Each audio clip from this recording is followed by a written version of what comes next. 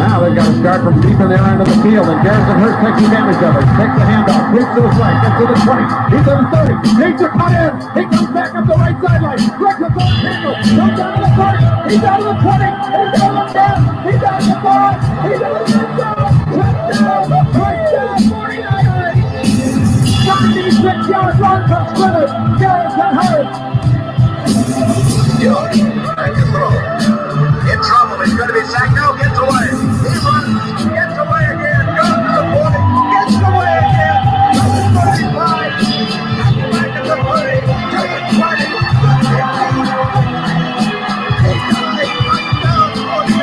Touchdown, 49ers. 27-yard line. 49ers have cleared the field.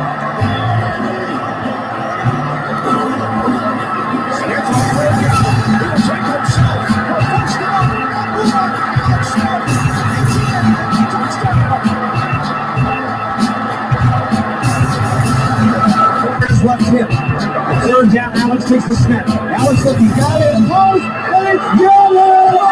Touchdown! Touchdown, 49! And it's second down, Ryan takes the snap, goes to flag on the left side. It's Michael, the 49ers pitching at Navarro Bowman. He's rejected. Navarro Bowman running all the way for the touchdown. Greater rejection. With everybody. Colin Temperman. What a day. Touchdown.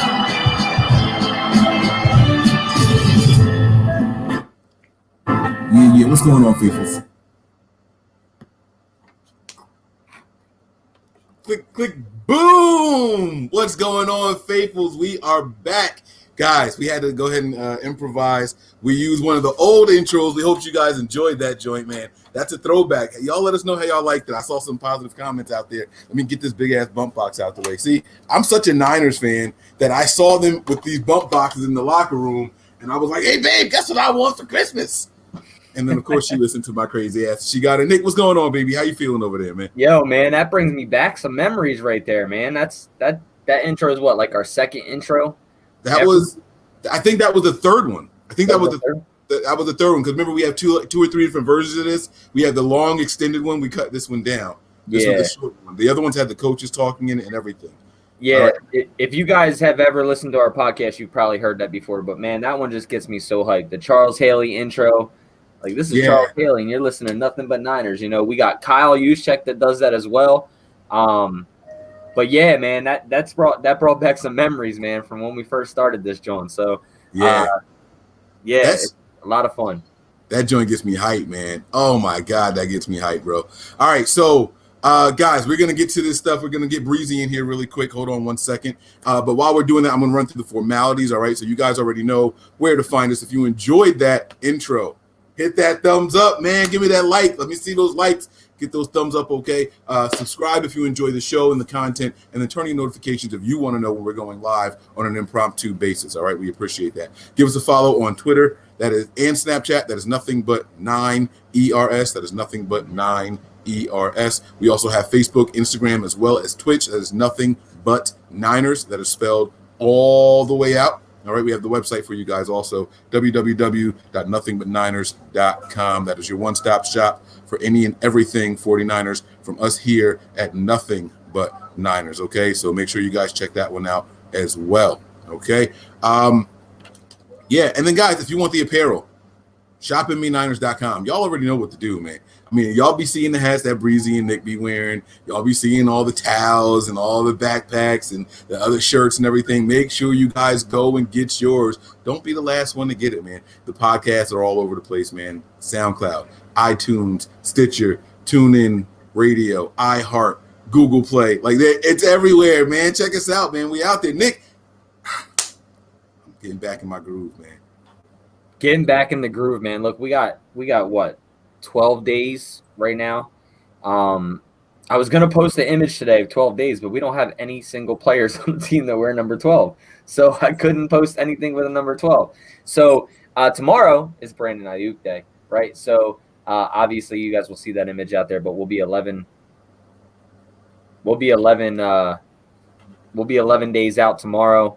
But yeah, man, it's getting down to that nitty gritty, that 53 man time.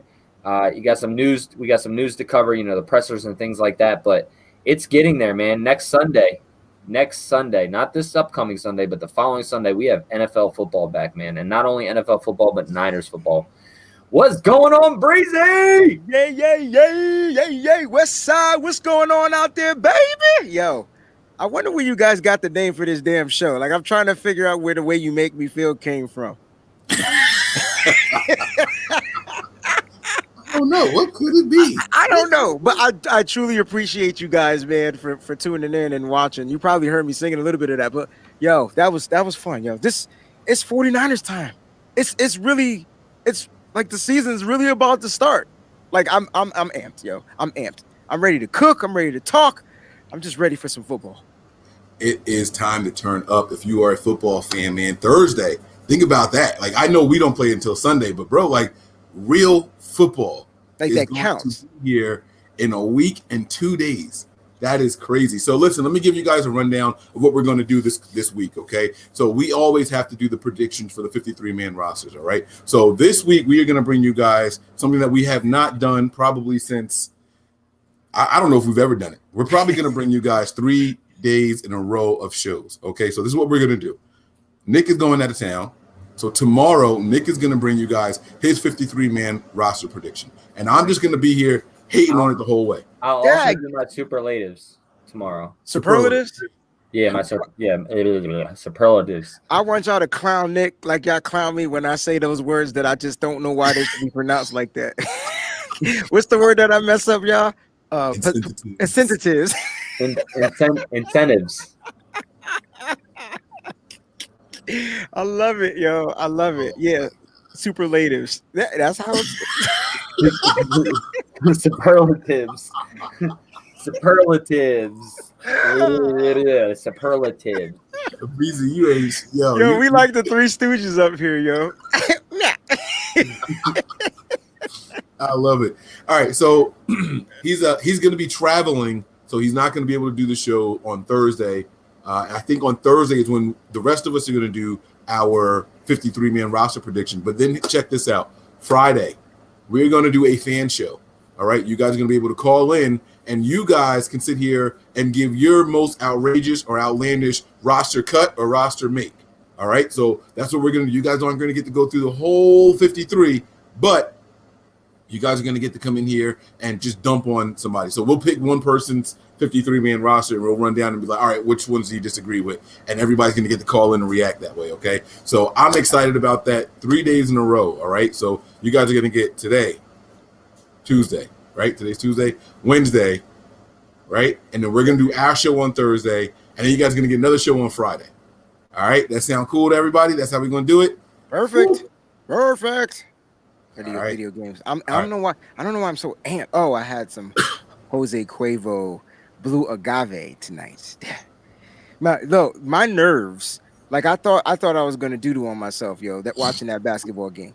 Like you ever like you know how I was at the Pittsburgh game, y'all? That's how I was feeling when I was watching the Celtics play, yo. Like Well, it was that. they were playing around, man. They was hanging around, and then they get, it was a lot of back and forth in it. It was scary. So I had I said, baby, my nerves. And she was like, have a shot. I was like, that's my, you know what I'm saying? So I had 3 shots. And what's that? Crown. That must be the green. That's the apple too, because I can't see it. Yeah, because it's green. Mm-hmm. So right. yeah. But yo, it's some stuff going down, man. And I know rumors are flying, and fantasy football is about to everything is going down. Yeah, I drank mine already. I thought Nick was cheersing. I am. I had to pour it. You're here. I feel Salud. left out. I'm in my AA class right now, so I can't drink anymore. So we got to get to some topics, man. We have some stuff to discuss, guys. I know the Celtics are up 2-0. I know Breezy's happy about that. We just saw Breezy's show. Shout out to y'all. I see the faithful in there. I saw you saw right. They are in there, yo. I appreciate you guys, man. I told them she had people from the West Coast watching her. You know what I'm saying? So that was pretty cool, man. But listen, man, there's some stuff going on now. Listen, you guys know we always try to start with news and rumors, okay? The biggest thing on the news right now is that Fred Warner is on the COVID injured list, okay? Yep. Now, there's a lot to go into that, and I'm just going to come out and say right now, I don't think that he tested positive for it. No. I think that he admitted he was near someone who had it. Correct. Because if he did test positive for it, I think they have to backtrack about all the players and stuff that he was associated with the previous day, and then they all would have been in it. So I think it was that he told them somebody that he associates with tested positive for it. What are your guys' thoughts and theories on it, and how long do you think we're going to be without him? Yeah, I mean, it did come out and say that they don't think that he was positive with it, but he was in general vicinity, came in contact with it. So that is the case. So the best case scenario is like 8.5 days, I think, because he has to get 3 negative tests. So I don't know how they do their test there. I don't know if they're 24-hour turnaround, if they're 2 days, 3 days, whatever they are. But I think, look, I think he'll be fine, right? So I think he'll be back for week 1. And obviously he will be, obviously if he's not sick, which let's knock on wood and hope that that's not the case. But, him coming out and then going through this whole thing. And I think they said the minimum would be like 8.5 days. So we're looking at a return for week 1, obviously. Yeah, I think he's going to be back week 1. I'm not super worried about it. And the reason why I wasn't super worried about it, and I posted it right away, was the simple fact that no one else has been put on the COVID list, and he's been fully practicing with players. And if that was the case, they probably would have had to shut camp down, clean up shop, clean up house, everybody get quickly tested and all those type of things. So the fact that that didn't happen made me, satisfied to say, okay, it's not as big as what we think it is. It's not the end all be all. He will be back week 1 without a doubt. I have that feeling. He'll be back week 1 without a doubt. All he has to do is pass those tests, and he's good to go.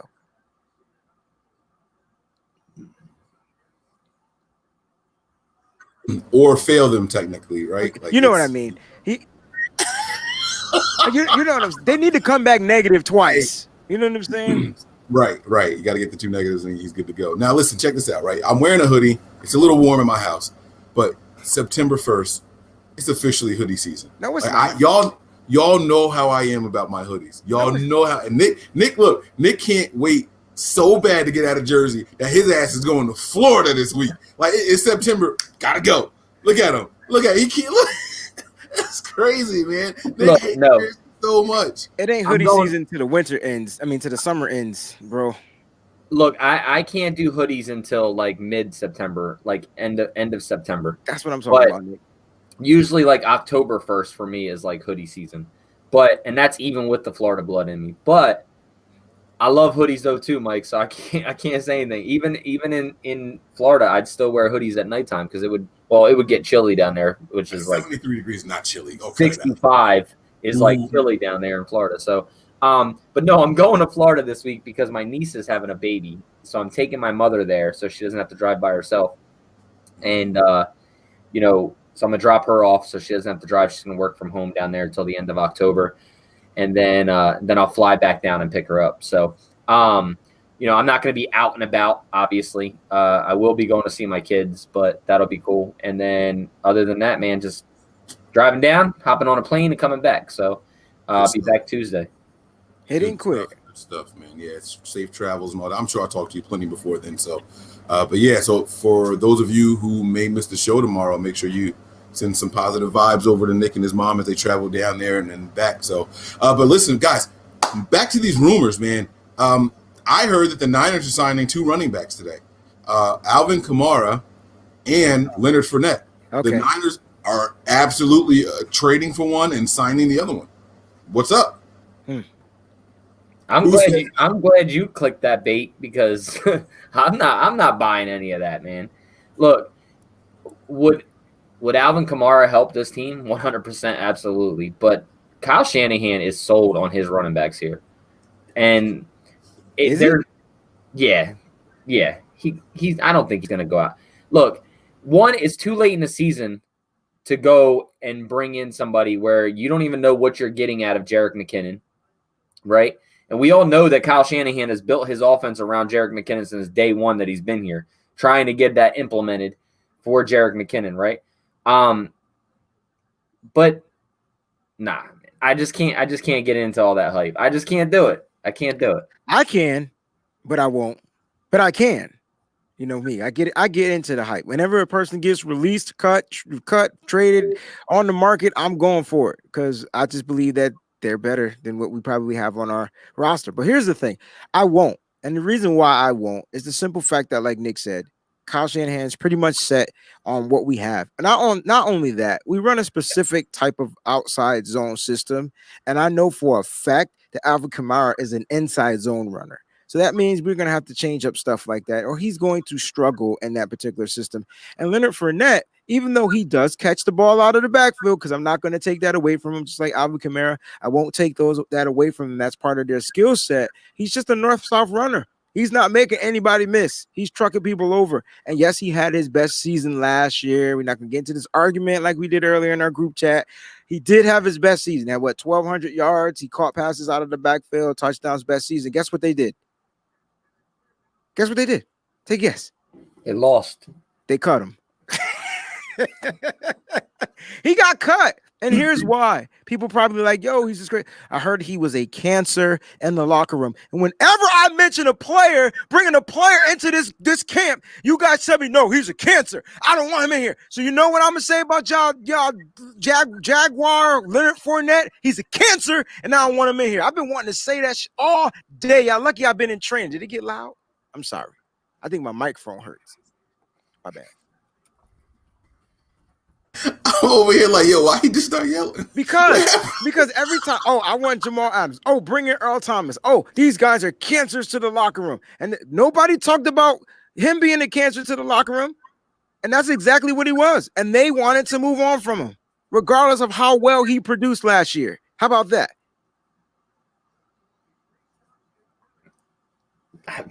Like I don't even know what to say though, because you're 100% correct, Breezy. Like, you know, look, I've talked about this on the show numerous amounts of times, right?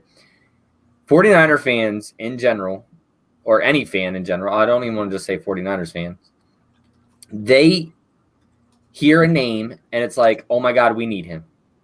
Like, they don't think about the system fits, how he'll fit in this offense, the overall production that he would bring, what we have here already, what already gets done here. It's just automatically you hear a big name and it's like, oh, he needs to sign with the Niners. Like, I just can't fall into that. I watch too much football and watch too much of 49ers football to know what fits this system. And just because a guy is good doesn't mean he fits this system. So those, you know, you got guys. You know, if this wasn't it, look, I can go to Richard Sherman. If we didn't play as much zone as we do, Sherman wouldn't even been a fit here. And people didn't, as talented as Richard Sherman is and was, Niners fans weren't calling for him to come here because he was so hated. There was some 49er fans that were pretty adamant about him not coming. Right. There were some, but it wasn't to the point where. That's why you still blocked.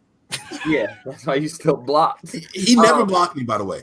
I'm not you, bro. Oh, not okay. you. Yeah. No, there was some people who. All right, I see what you're saying.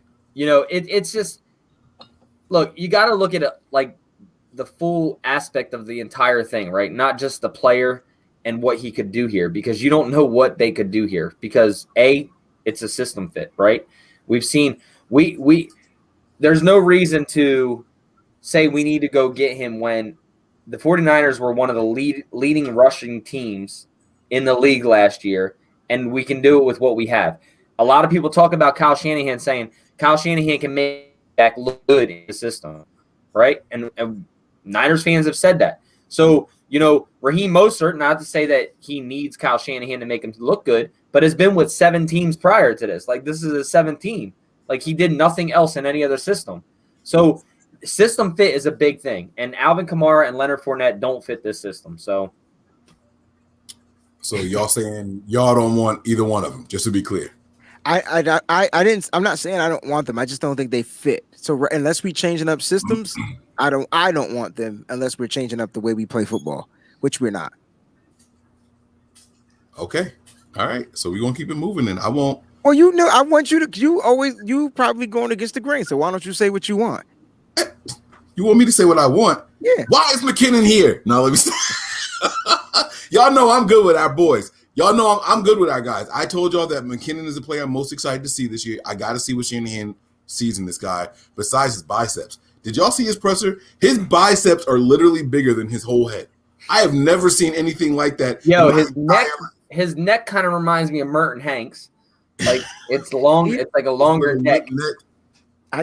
He's a workout freak, guys. That's what he does.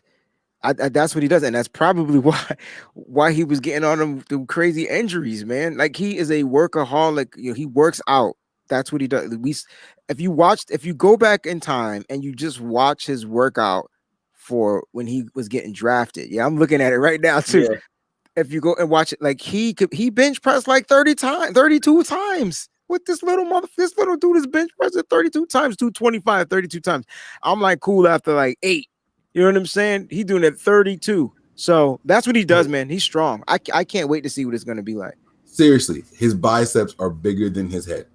Like I'm not exact. Look at that. Yo, what is wrong with this? He's pretty swole, bro. Yeah, basically. Pretty swole. I gotta see him out there, man. I gotta see him out there, bro. Bro, I've been waiting to see McKinnon since the day we signed him. You know what I'm gonna do, guys, tonight or tomorrow, whatever. I'm just gonna watch some Minnesota Vikings games. Don't do it. You're gonna be disappointed. You're gonna be mad. You're gonna come in here like me. Don't do it. What? But he did something for Kyle Shanahan to say something to sign him, right?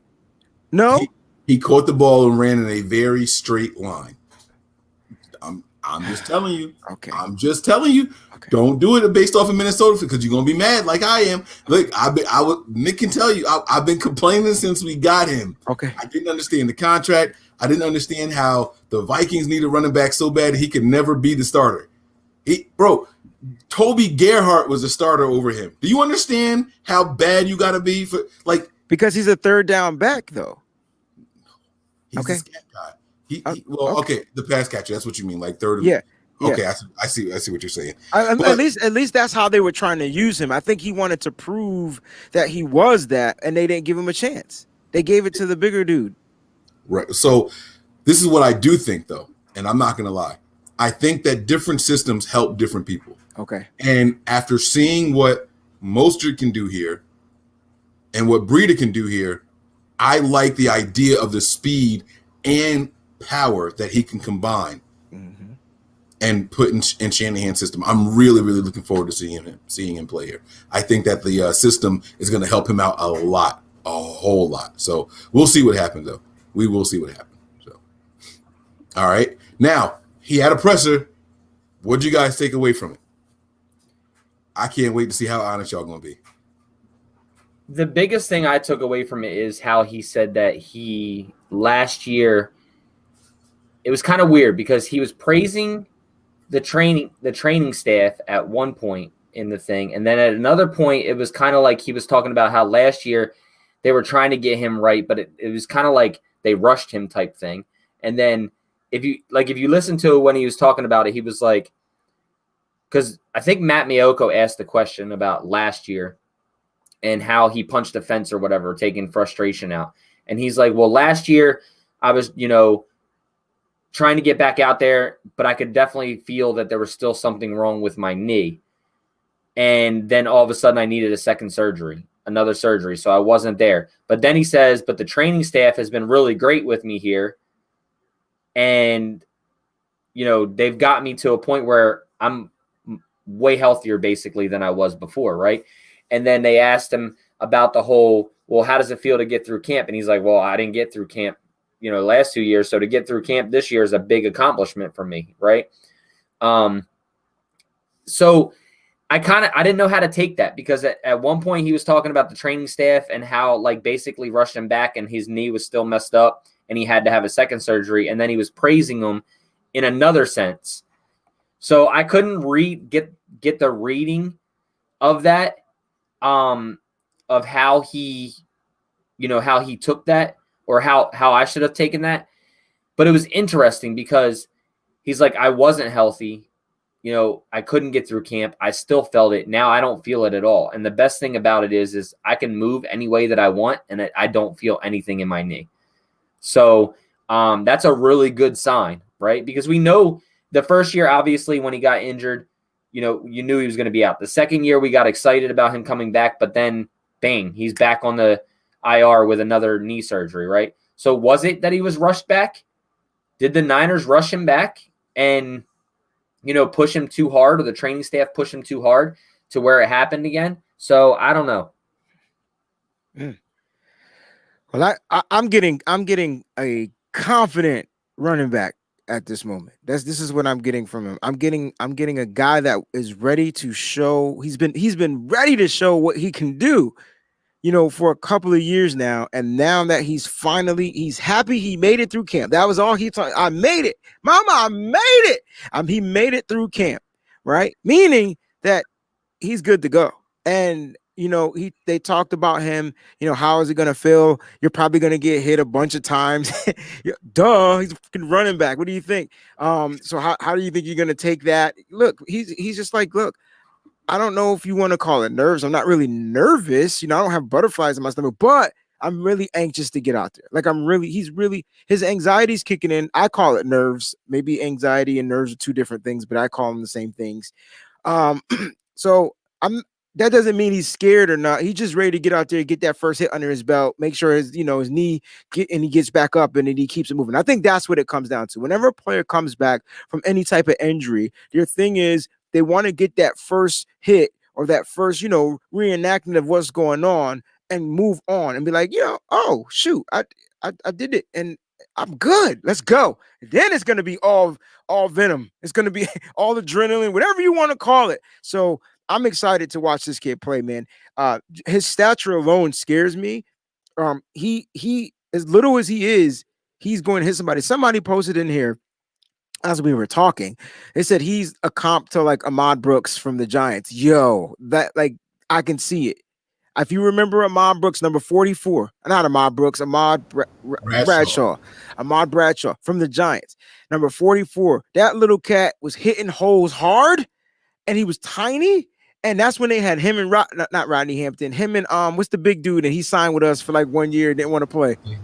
They had Bradshaw, Brandon Jacobs, and Ward. Yep. And Ward. Yep. So like I that's actually a pretty good comp. I'm not sure. I think McKinnon is a better pass catcher than Ahmad Bradshaw, but I can't wait to see this kid get out there on the field and compete. Like that's all it's going to. And I can't wait to see how they use him. We're all thinking that they're going to use him as this pass catcher, lining up split outside, or catching the pass out of the backfield or coming in on a third down. What's going to happen if you see this guy in on a first down? Like what do you like? Can you imagine what I can't. I can't. September 13th, guys. I was thinking about how dangerous the 49ers could be with how dangerous they could be in the passing game without a single wide receiver on the field. They could run a 2 tight end, 2 running back set with no wide receivers and be dangerous as fluff. Can you say that again? 2 tight ends and 2 running backs. You could juice being one of those running backs because let's be honest, he's a way better pass catcher than he is a running back. A runner, right? You put him out there with McKinnon or him out there even with Coleman. You know what I'm saying? They said the running back who's caught the most passes so far through camp from Jimmy Garoppolo is actually Raheem Mostert. So that's 5 plus 1, that's 6. We missing somebody. That's not a wide receiver? Yeah, I'm just trying to I'm trying to get to the 11. So what I did was I was just saying 2 tight ends and 2 backs. So so there will be a wide receiver out there. Well, you could put a wide receiver. You could do a 3 tight end set. Right. So we're talking. We could talk. So all right. So now you're talking. But what I'm saying, imagine how dangerous they are as a pass catching team with that personnel out there. It is incredible the versatility Shanahan is about to Yes, I agree with you. Oh my God. I was just trying to figure out the personnel, bro. So that's why I was trying to add up the numbers. So you're talking 22 personnel or 23 personnel. Yo, we have 4 tight ends, and only. Did you guys see Matt Mayoko's tweet today? No. About Hasty? I mean, not Hasty. Harrell and and Warner. No, they're battling. He was saying that based off of what he sees, they should have had way more catches than 34 and 37 in college. We got 5 tight ends, y'all. and come on, let's be realistic without giving our numbers away. Like, give me a real number, Nick and Mike. How many tight ends are making this team? I'm not gonna tell you. Nick, I got just my say it, number. Nick. Just no, because Nick is going tomorrow. That's why he's not saying. That's why he's not saying. I'm gonna say 4, and then I'm gonna do my thing, and I'm gonna be like, yeah, I can't do it. No, I got you because I got 4 too. Remember, I said earlier that this could be a 4 tight end team and less wide receivers. And the problem is that we know Shanahan's gonna try to keep all 3 quarterbacks. We know. So when we do these 53s, this is hard. Let's have a. Oh, got it. I'm gonna quit work for a day just so I can focus on the 53. That's what I'm gonna do. When we do the 53s, we do our 53s. Okay, that's what we always do. Right. But on Friday for the fan show, we do it with the fans as a collective to come up with the 53 that we think for the team. Not ours. I like that. How's that? That's a good challenge, right, Nick? Write that down so you don't forget that, or take a picture. I don't give a write it down. I'll take a picture of audio. I just was thinking Friday, bro. Friday. People keep saying 55, and do you guys want to explain the 55 one more time, or we just no? Nope. Okay. Oh, now we not going. Okay. Nope. We already went into that. We already explained that. Like, I think we went into it 55 times. We will give probably a definition tomorrow before Nick gives his. We will read the official description on the 53/55 man roster. I love it. Just playing with you guys out there, man. No love lost. yeah, I would tell you, but I just don't want to give away what I'm keeping. So Nick said nope. Not gonna do it. All right. Like, just saying that. Nope. So that's what I'm saying. Like, we have 5 tight ends, guys. Excuse me. We have more than 5 tight ends in camp. My apology. We have about 7 tight ends in camp. And only 3 to 4 of them are making this team. This is going to be exciting.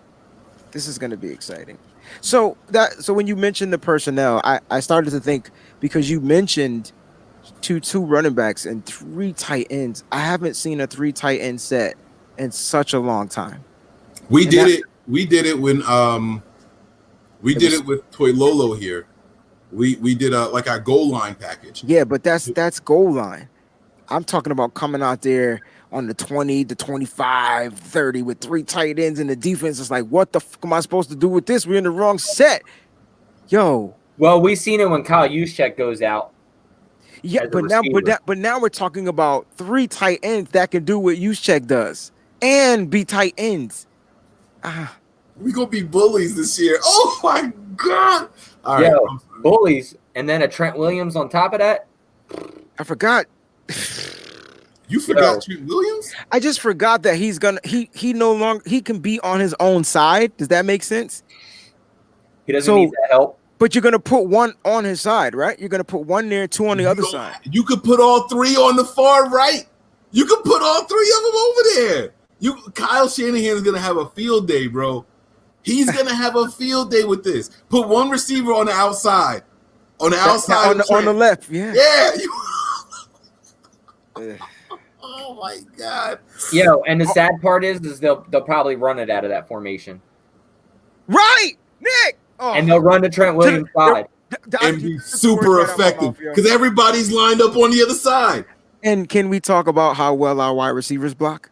Oh my god. Yo, what are they gonna do? What the defense is gonna do for real? Honestly. Like, are we gonna go through our entire first game and average 8 yards a touch? Like 8 yards a play?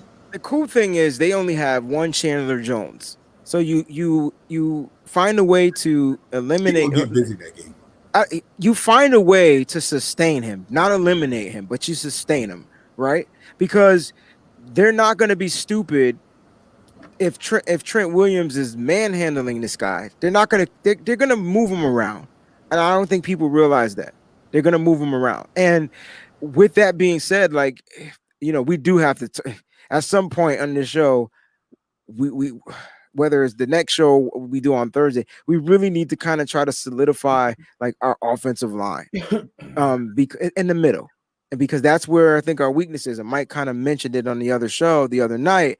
I would just line the cat up over the center, yo. You know what I'm saying? On some Aaron Donald stuff. And they move him inside, outside. Dre, I won't say Chandler Jones ain't gonna do stuff. He definitely will be a thorn. But I think he will be, sustained. That's the word I'm gonna use. I think he'll be sustained. The key to that game is you're gonna have to figure out a way to control what is his name? Buda Baker. Gotta eliminate him. Is that the right guy? Got that. Right. Okay, right. When you made that face, I knew that was the right name, but that's who George Kittle manhandled. And now we got two other tight ends that look. I'm sorry. Let's get back to the pressers, man. I don't want to keep you guys forever. Yeah, we'll get into the Chandler Jones stuff and all that, like when we start doing the preview shows and all that. So we have a very specific formula that we use when the season gets here.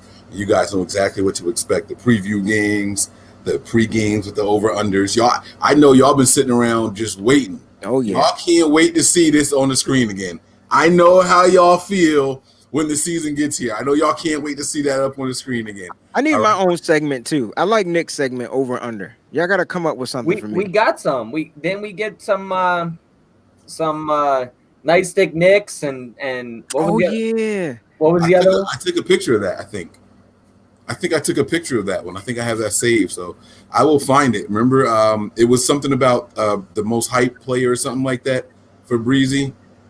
Okay. Yeah, like the most hyped player. Also, I'll give. Oh, that's the superlatives we're gonna get at the end of every game. I remember that. Yeah, I remember that. Superlatives. The superlatives, baby. Y'all get me with the incentives. Y'all get me. Breezy's Busters. That sounds bad for like somebody nuts or something like that. I don't want to be Breezy's Busters. Speaking of nuts, yo, when my wife, when I opened up the package for the No, not yet. Oh, okay. No, we're not telling people yet. Not yet. But we're gonna get there. It was funny. It was so funny. I just want to tell the story. All right, so we also heard from a couple of other guys. Eric Armstead spoke. Eric Armstead, man, he's on a mission. Yes, sir. That young man is on the mission, man. He's quietly becoming my favorite player on this team, bro. And you guys know I've been behind Eric Armstead for years. Don't give me that look. I have been the one saying when he's healthy, he's one of the better defensive players on the team. I've always held my ground. You even picked him over the other guy. Yes, I did. And I got laughed out the building. But I have stood my ground. I think I have proven to be right. Now, some people may still disagree with that, but this dude is quietly becoming my favorite player on the team, man. I swear Mike is following me somewhere, and you're like the Siri in my phone. Whatever I type or write, you say the junk on air. If you go and watch his presser, you will see a comment from Shoot the Breeze that says, this guy is turning into my favorite player. And how many favorite players can you have? Now, I asked that in the comment. And people started liking it. And it's because of what he's starting. He's growing up. Like he's turning into a educated grown man. Like, my wife went to the University of Oregon, so she's an alumni of there.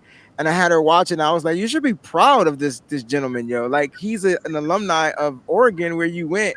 You're smart. He's pretty smart. Like, this is dope. And he's, he talked about when his whole presser was political, right? So his whole presser was about, understanding who you're going to vote for.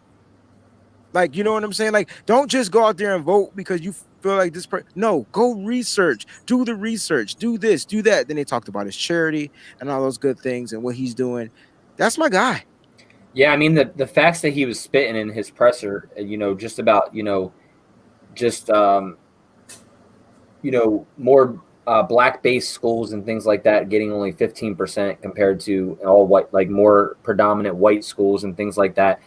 He was speaking facts. And then, obviously, like you said, a lot of people don't know, but the main part y'all need to vote for is your local, There it your is. municipality type things. Your DA, your mayor, the chief of police, things like that, because that's what's going to mostly affect your family the most. So you need to It's know who your mayors are going to be, your DAs, your governors, those type of things, because those are the things that hit home faster than Congress does, right? So president. Yeah, that remember last show when we started the show? That's exactly what I said.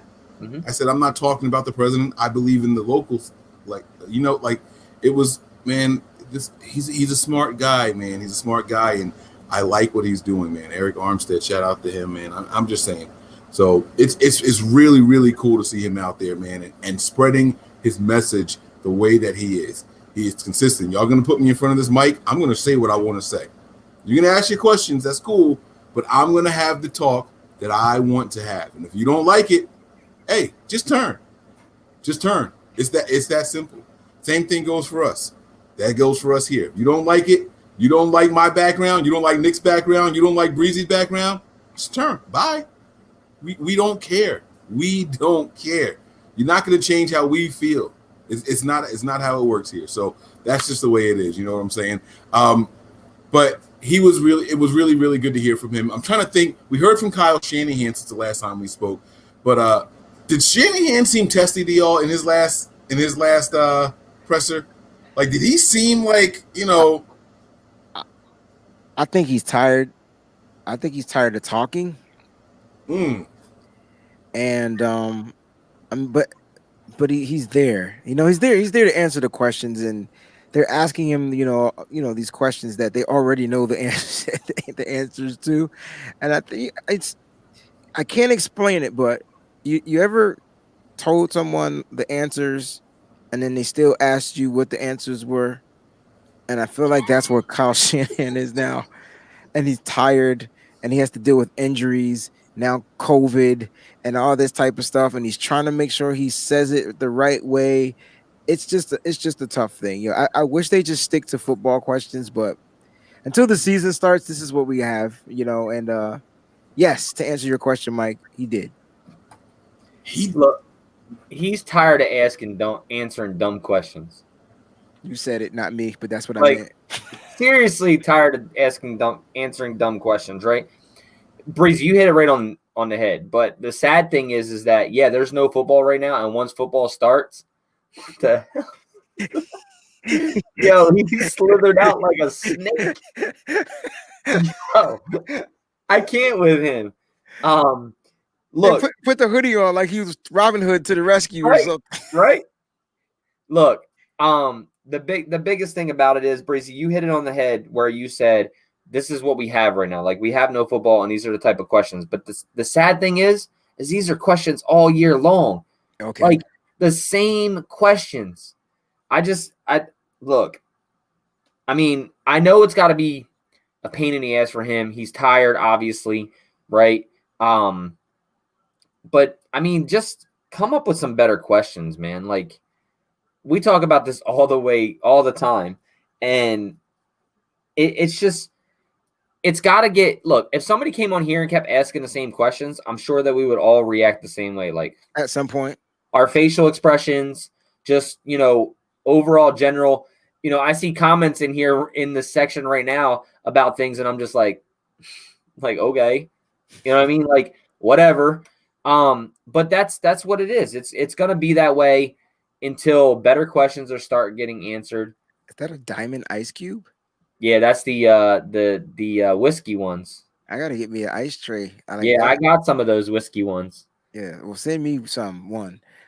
But yeah, Breezy, you hit it right on the nail, man. It's just you hit the head on the nail of the head. The head of the nail. I always say it wrong too, Nick. Nail on the head. I say it wrong too, Nick. So don't feel bad. Like I just get it backwards. But y'all know what the hell we mean. You know what I'm saying? I do like this one though. Brian put this one. Breezy's Ballers. I like that. That's probably what someone else said, but the word ballers just messed me up because I was thinking of something totally different because of the word balls. Mike won't let me tell my story yet. So I'll share it. I promise. And it was funny. But Nick is speaking that truth right now. And I did get one thing from the Kyle presser, other than the fact that he was irritated like a mother sucker. They asked him about Jimmy Garoppolo. Here's the thing about Kyle Shanahan. We're witnessing the birth of a dynasty coach. What does that mean? There's one coach that does not speak to the media. And when he does, it's like one word. And it's a guy that's on the East Coast. And like I slowly see Kyle shifting over into that realm of boredom at these pressers.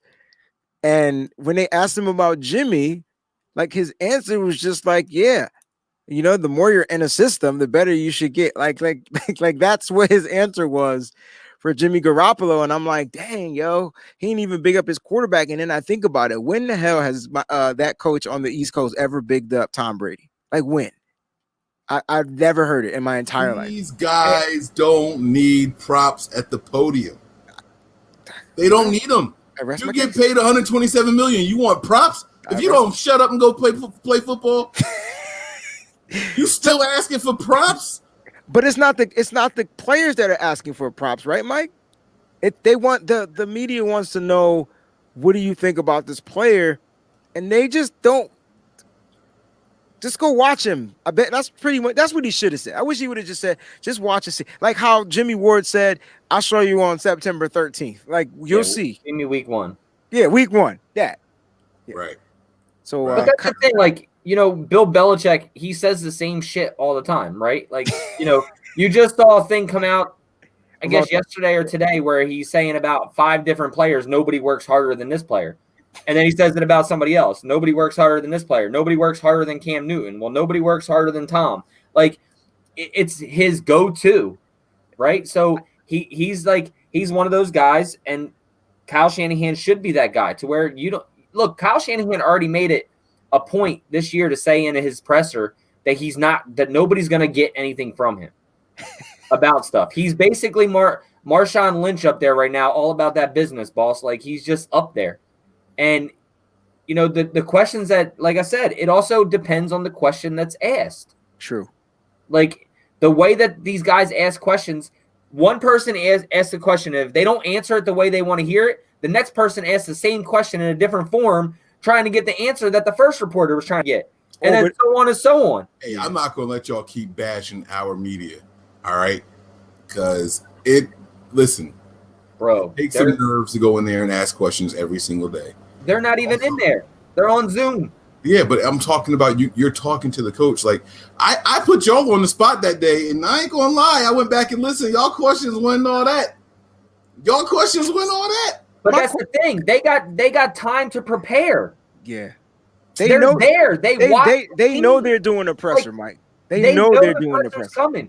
When we have a player interview, do we prepare and we ask questions? Listen, no, I get that. But that's a player for a certain amount of time. This isn't 3 times a week. Like, how many questions can you possibly ask?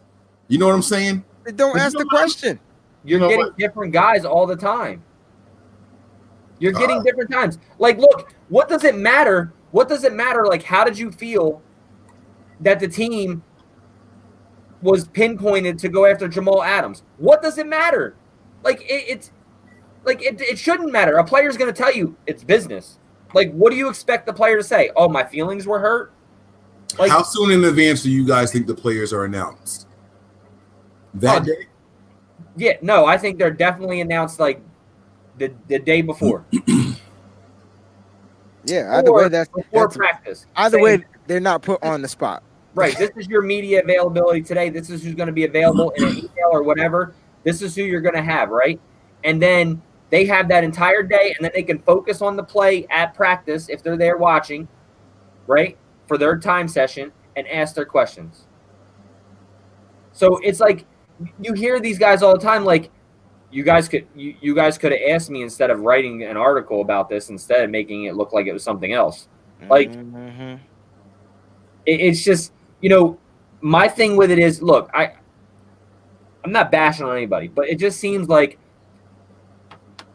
our media, there's only a very few select people that I even like to hear questions from. That's Nick Wagner, asked good questions. Kyle Posey from Niners Nation. Grant Cohn asked the questions that nobody else will ask. And Matt Mayoka. You just put everybody else out of business, huh, Nick? Well, because everybody else is asking the same question in a different form. I think, Or I think they should rotate. Like maybe there should be a certain select days where this group goes in and they ask the questions, and then the next day they ask the question. You know what I'm saying? Maybe it should rotate because it does get a little bit redundant. Because then some people didn't have a question, and then they try to take it where somebody else left off on their question and try to ask a question off someone else's question, and that's where it gets kind of like, this is like a waste of 4 minutes, or whatnot. But at the end of the day, at least we're getting to hear from the players. And I just don't think the coaches want to speak. That's where I'm coming down to. And I'm starting to think that the players don't want to speak. Like even their answers are starting to get bland and boring, and they're just ready to play football. I think everybody is anxious. That's it right there, Breezy. Everybody's ready to play football. My biggest takeaway from I didn't get to say it, but McKinnon, he's just anxious to get out there. Like it was he's so anxious to get out there that if you go back and you listen to everything he's saying for every answer, he mentions the same exact little thing in every answer, is just getting better or get ready to go, type of thing. Like he's ready to play ball. Shanahan is locked in. They can say what they want. This team knows who those players are going to be, and he is on to Arizona. I hate that I have to sit here right now in front of y'all. I'm ready to go. Like Shanahan is not that testy of a person. He's not. Like I was watching that and I'm like, yo, like, what's your problem, coach? Like, what's up with you? You all right today, man? Like, you ain't have your Ovaltine or something? Like, what's wrong with you, man? Like, he seemed testy. I just didn't understand why he was and he was like that straight out the gate. Like, straight out, he's not like the smiley, laughing and joking kind of guy, but he was just on, like, it was just different. It was different. So, I think he's ready to go. You have guys who, it's not going to be a lot of people that are anxious right now. They want to play, and God forbid they lose week 1, pressures are going to be worse. Woo. They're going to be so much worse, man. Like this team cannot lose week 1. If y'all want the media to be remotely interested in doing their jobs, we have to win week 1. Yeah, and at this point I don't even care how. I don't care if it's 13-10. Right. Yeah, they just have to win it. Yeah. Well, for a couple reasons. Obviously, you don't want to start the season 0-1. You know what I mean? But the second reason is because it's a division rival. And it's a division rival who's gotten better in this offseason. You got to set the tone. It's a home game, too. So there's a lot of reasons. A, you were at the Super Bowl. You can't come out flat, right? Which is something that I'm worried about because of all the anxiousness, right? Obviously not taking hits and things like that. And it's just, look, if we lose week 1 after going to a Super Bowl and we lose to the Arizona Cardinals, who a lot of people are giving praise to, the Super Bowl hangover talk is starting. It's starting easily. In 1990, 94, right? Didn't we start that season off like 0-4? That was the year we won the Super Bowl. And we started off bad. I remember. I remember it being a bad start to the season, but they figured out a way to pull it around. And that was the year they beat Dallas. They had Deion Sanders. They had the team. I don't know if it was that year, but I know there was a season where they started off bad and they ended up winning it out. That's why I think it was that year. Well, we were 13-3 in that year. So did we start off 0-3? I'll tell you in a second. I'm gonna look it up. All I'm saying is there was a season where the 49ers started off very poorly and then they turned it around. And maybe they just went to in 94 that team season 13-3, but they started off 3-1. So that wasn't 94 then. Maybe it was the season after and they still went to the NFC Championship game, they just didn't win. We had a 10-game win streak in that year. The year after? No, 94. Yeah, 94 they were hot. That's crazy. Yeah. There was a season where they started off bad. I remember Steve Young talking about it, and then they had to pull themselves together because they were better than that. That's why I think it was the year after that. The year after they won the Super Bowl, And they still ended up like in the NFC Championship, I think, against the Cowboys or something, because I think the Cowboys won after us. They were so good back then. Jesus Christ. I'm looking at this like we would kill this. But I guess my point is, if they can find themselves, and I'm not wishing for this, but if they did find themselves in some type of a hole, I feel like this team just need to go figure out a way to find themselves and dig them out. And I think they have the what's the word? The resiliency to get back to where they need to get to play their type of football. But I don't think it's going to start like that. I don't want to think that. So I just text a friend instead of phoned a friend. Oh wait, never mind. She didn't answer that question. Sorry. So I have a member of our press that you guys keep criticizing, and she is going to be joining us next week on the show. So we can ask her all these questions that you guys have for them. All right. You guys hear her voice. You guys know who she is already probably, but she's very popular. And she has her own little network. And yeah, so she will be joining us next week. All right. Now, I am asking her how soon before a player is at the podium do they know that they'll be talking to them. So we will find out. Cool. What day do you guys want to have her on? You guys want to aim for Wednesday? Next Wednesday? Yeah, that should work. Yeah, Wednesday is better for me because I won't be back till Tuesday morning. So the 9th. And whoever asked about Vampire in Brooklyn, I seen it and it was hilarious. You can say it was a bad movie, but it was still funny. All right. Man, this is gonna be a busy weekend for me, man. I'm with you, Mark. If we lose, no big deal. But I definitely want to win. I want to beat every team in our division. Like I want to beat those teams more than anything. What comment are you responding to? Mark says if we lose, no big deal, because I said, remember, there was a season where the 49ers started off poorly, but they figured out a way to pull it up. They figured out a way to pull it around and still compete toward the end of the season. You know, it's always not, even though statistics pop up, you go 0-4, your chances of getting to the Super Bowl is slim to none. But, you know, it ain't how you start, it's how you finish. She can't do Wednesday, Nick. She said she can do the 8th. That's Tuesday. That's Tuesday night's fine. I'll just be back Tuesday morning. So that's our normal night show. All right, boom, there it is. Are you gonna text her like for around this time or what? Yeah, we'll aim for, let's say, 9 p.m. I should work. Yes, R.I.P. to Chadwick Boseman. Very sad. Very sad. All right, guys. All right. I don't know what else there is to get into. I mean, it was a very slow. That was it. We're not going to get too many more pressers. Oh, did you guys see Brick by Brick? Because we can talk about it now. I did finally see it. Okay. Oh, you finally saw it? Yes. Right. I can't wait to see what y'all takeaways were from this, because y'all ain't going to like what I got to say about this episode. Why don't you just say what the hell you got to say? Because it was the worst episode of Brick by Brick of all of the Brick by Bricks. Okay. Why was it the worst? Why? Episode? Because Kyle Juszczyk narrated the beginning? No, I actually that was probably my favorite part of the whole thing. I liked hearing him talk about how, he was anxious to see his family and stuff like that. Like that was actually my favorite part of it. I think I don't know if it feels different this year. Because it's COVID. But what does it have to do with like the footage of? Because it's just not. It's just the microphones on and stuff. Because it's just not the same, man. It's a whole different vibe. You're asking people to come out there and be normal in this weird normalcy. So you're gonna just get different vibes from players, different vibes from the way people talk, different vibes from the way people walk. Like, they even talked about the way they ate. Like, it's just everything is different. Everything's different. So I kind of get it. I'm not saying that the episode was great, but I really want to know like more on your take of why you thought it was bad. Look, go ahead. No, go ahead. No, go ahead. I just think that was the worst episode of Brick by Brick since they started the series. I don't know why.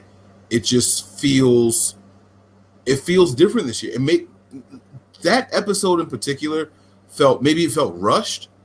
It didn't have like the in-depth. I watch Brick by Brick and I feel like this is our version of Hard Knocks, right? there was no insight in this one. It felt. I think that comes down to the coach. I think it comes down to the coach. He tells.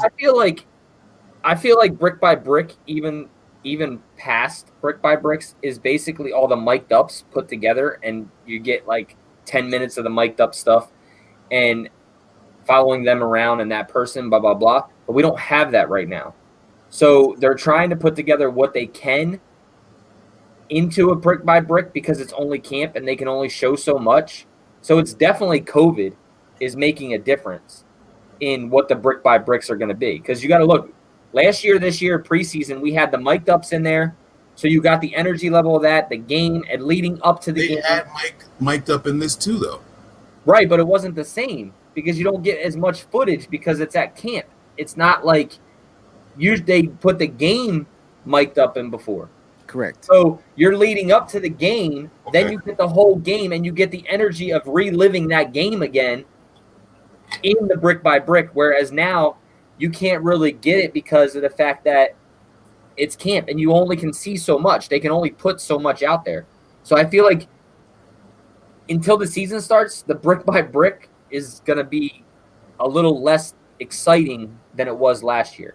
I still think they do a great job from what they can do, but I think we can't expect it to be what brick by brick was last year because there's no games. There's no leading up to the game. There's no like build up, just showing the stadium, the kickoff, and all that other stuff that brought us in.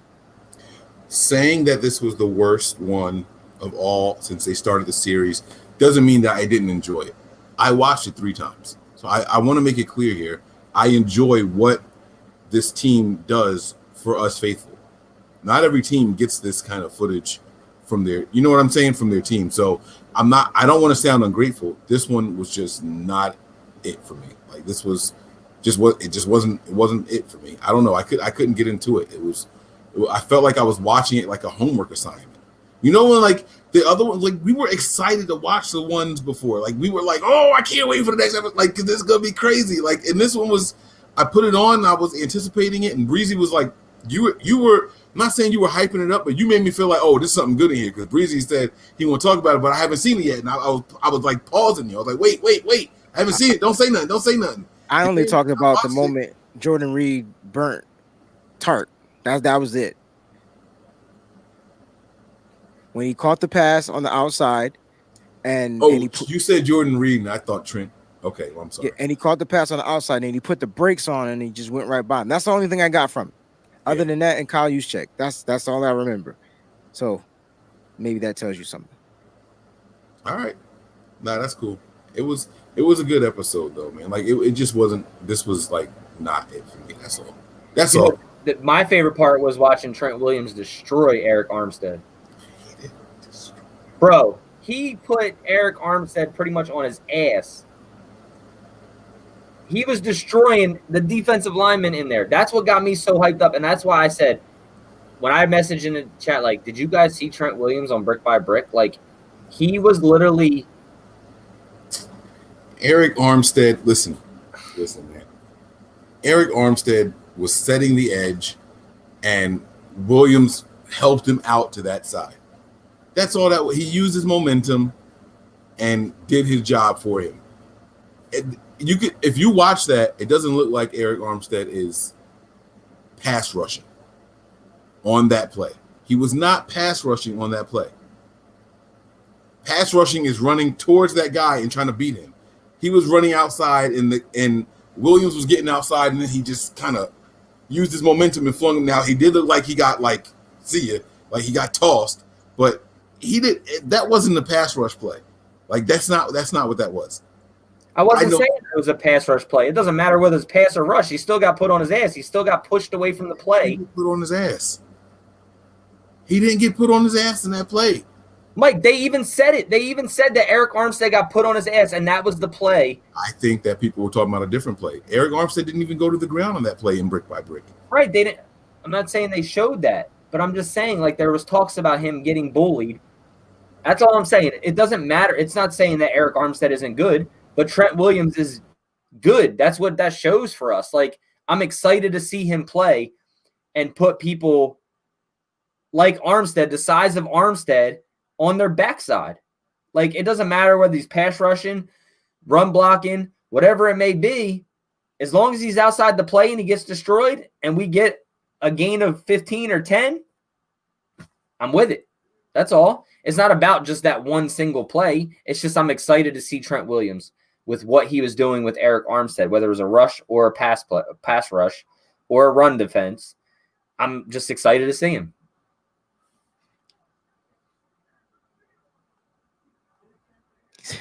Sean's comment is crazy. Y'all know what I'm doing. I'm looking for that play. I'm looking for it right now. Well, Nick said they didn't show it. It didn't happen on the play that they showed. Right. I was saying how people were tweeting that people who were watching practice saying Trent Williams bullied Eric Armstead today and put him on his ass. Yeah, but we're talking about brick by brick. I thought, right, but I'm saying that play looks like it's the play. They don't show him literally getting put on his butt, but that's that play. The way you just said it yourself, he basically threw him out of the way. And that was the play that I was thinking that they were talking about. It's just, there's nothing wrong with it. I'm not downplaying Eric Armstead. Like, I'm just saying that we as faithful should be excited the way that Trent Williams is playing, being off of football for so long, that his rust is gone, that he's going to legitimately help this team. Like, I've never been this excited about an offensive lineman. Yes. And what he's going to bring to this team for these running backs. Yep. Like, the guy is a full athlete running downfield, getting blocks 15 yards downfield like there's no tomorrow. So it's not about, bullying Eric Armstead. But when you can bully a 6'5", 6'8", whatever he is, 6'9", he's a giant. Like, dude, like, that's bullying somebody, bro. Like, that gets me excited. No, NorCal Faithful says they threw him into the next episode. We hope. But no, Nick, I agree with you. I'm definitely excited to see what some of these guys are going to do out here. And they say that saying, iron sharpens iron, man. It's scripture. It's true. This is probably why they brought in these specific guys or specific players on this team, because they want to make every position better. And Kyle talked about it in his presser. He talked about people being versatile, and having multiple players be able to do multiple things. And that's going to be key for this team. That's good. It's going to help keep this team stay afloat on what's going on, and all they got to do literally is continue to beat COVID. And I think this team is going to be a freaking menace to society. That's the name of our next episode, by the way. Menace to society. Mm-hmm. Look, it's just, to me, it's exciting, man. It's definitely exciting to see what Trent Williams is going to bring to this team. And, dude, we had one of the best rushing teams in the league. And, look, Mike, we said it last year. We talked about Joe Staley, like his play. We've talked about it. This guy is definitely an upgrade. And you know what I mean? Like, we talked about, we didn't know that Joe Staley was hurt the way that he was hurt, right? But you could definitely see a difference in his play. And that's not taking anything away from Joe Staley. He's a hell of an athlete. He's always been, and he always will be, one of the best left tackles to ever play in a Niners uniform. But Trent Williams is a huge upgrade, and he's going to boost the hell out of this run game and that offensive line. Bro, I know I wanted to ask y'all a question about this thing. Trent Williams says in here, man, I love Fred, because he runs to the second level. He gets a hand on Fred Warner. Fred Warner kind of spins around. They whistle the play dead, right? And the next one, he's on the sideline, but he's talking to a coach about Fred Warner. He's like, man, I love Fred. And he was like, what did you say? He's like, I love Fred. He's annoying as hell, but I love Fred. Mm-hmm. What do you guys think is the most annoying trait about Fred Warner? Because he's not a talker, right? Or is he? He's in on every play. I think that's what he means by being annoying. He's like a gnat, and he won't go away. So even if it's a play, like, he's not giving up. He's gonna be in there. He's always and what's one thing Fred likes to do? Punch the ball, punch the arms, right? So he's probably consistently just bruising guys and he's just in on every play. I think that's what he meant. But they did say that Fred is different on the football field than what he is out off the football field. They said on the football field he talks junk, like he, Oh, okay. yeah. All right, so maybe that's what it is. Now I did find the play. I have it here for us to watch. Okay, can we play this? Are we not? We're not gonna get in trouble for this, right? As long as there's no music in it. Oh, shit. All right, I'll go on mute. I'll put it on mute.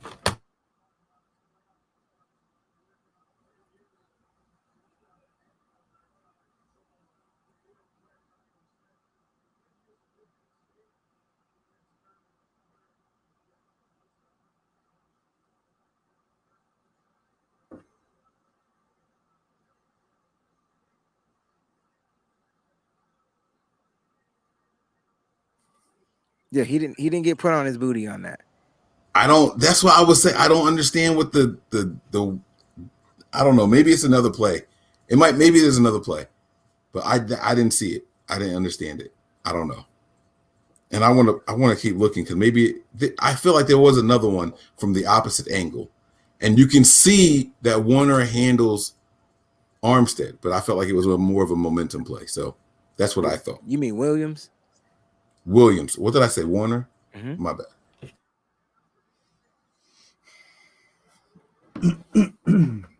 Yeah, it definitely wasn't that play that I was talking about, because that play looks like Eric Armstead is getting a good push. So that's not the play that I was looking for, or was talking about. So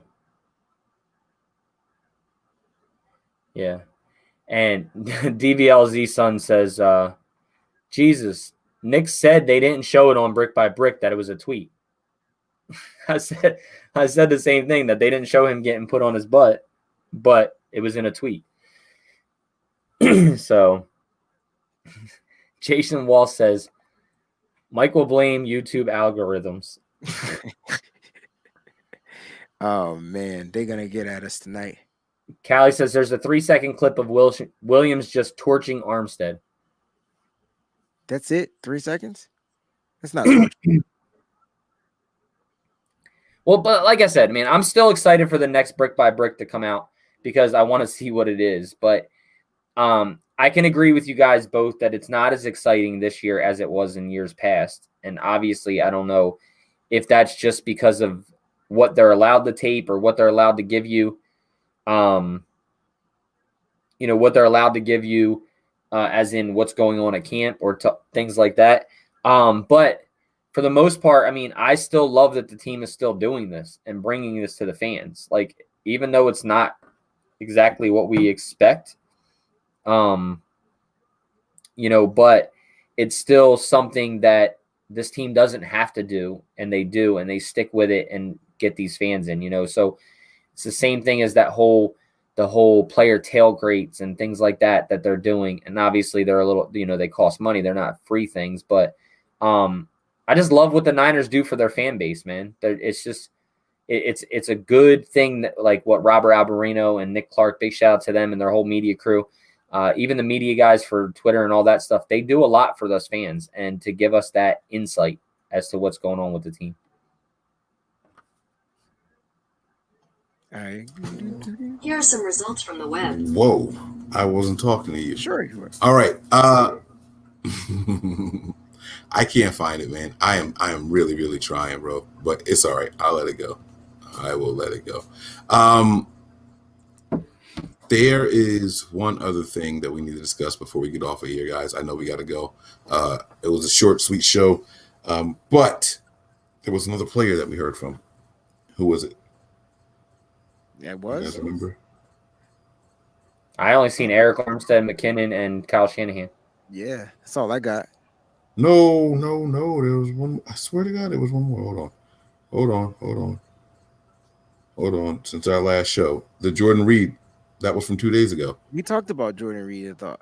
Oh, we did? All right. Well, then never mind. We won't do it again. All right. My bad. I sent right. you that clip. Nick wasn't here, I don't think. But we talked about Reed.